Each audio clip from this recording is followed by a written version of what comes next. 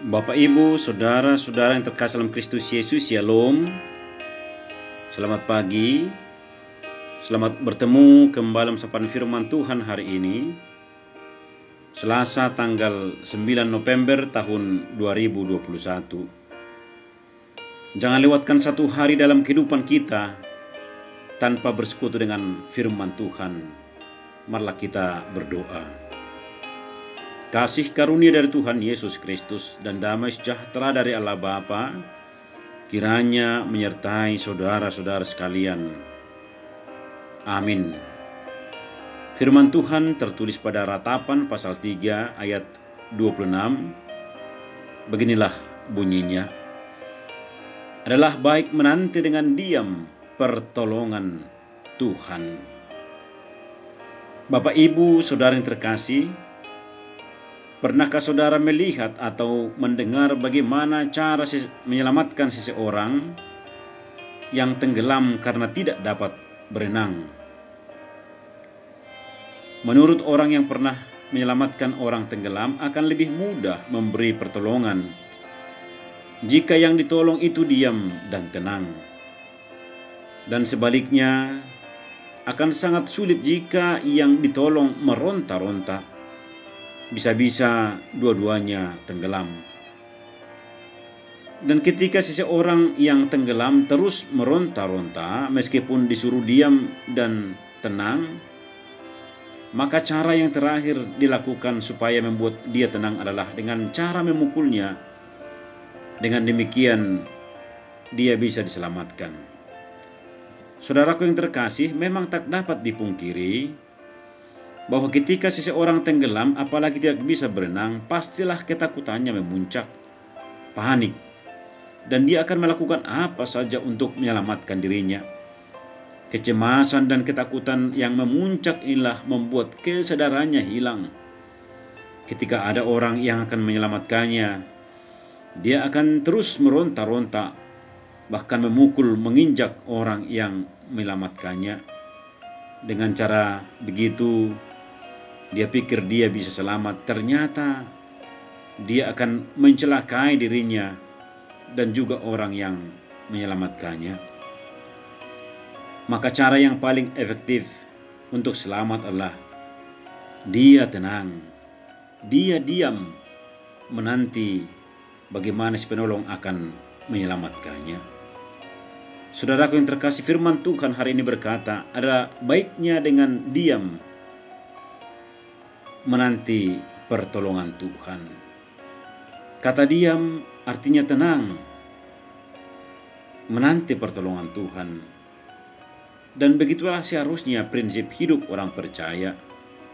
Akan tetapi dalam kenyataannya dalam hidup kita, seringkali kita cemas, seringkali kita khawatir, meronta-ronta, seperti orang tenggelam ketika penderitaan dan pergumulan hidup itu datang. Kita menyalahkan orang lain, salahkan sana sini, bahkan protes kepada Tuhan, seolah-olah Tuhan tidak optimal menolong kita. Saudaraku yang terkasih, itulah sebabnya firman Tuhan hari ini mengingatkan kita, ada baiknya menanti dengan diam pertolongan Tuhan. Diam bukan berarti pasif atau tidak berbuat apa-apa. Arti kata diam lebih kepada makna terciptanya situasi tenang dalam diri dan pikiran kita, bahwa kita percaya dan menerima sepenuhnya setiap tindakan dan keputusan Tuhan. Keputusannya terbaik dan kita ikut saja perintahnya. Kita belajar semakin peka kepada kehendak Allah. Untuk peka inilah makna diam, yakni merenungkan apa kehendak Tuhan di balik semua apa yang kita alami. Saudaraku, marilah kita terus belajar menenangkan diri. Ingatlah bahwa apapun akan ada akhirnya. Masalah kita akan berakhir dengan baik bila kita bersama Tuhan. dan senantiasa berharap kepadanya. Bahkan hidup kita pun kelak akan berakhir juga.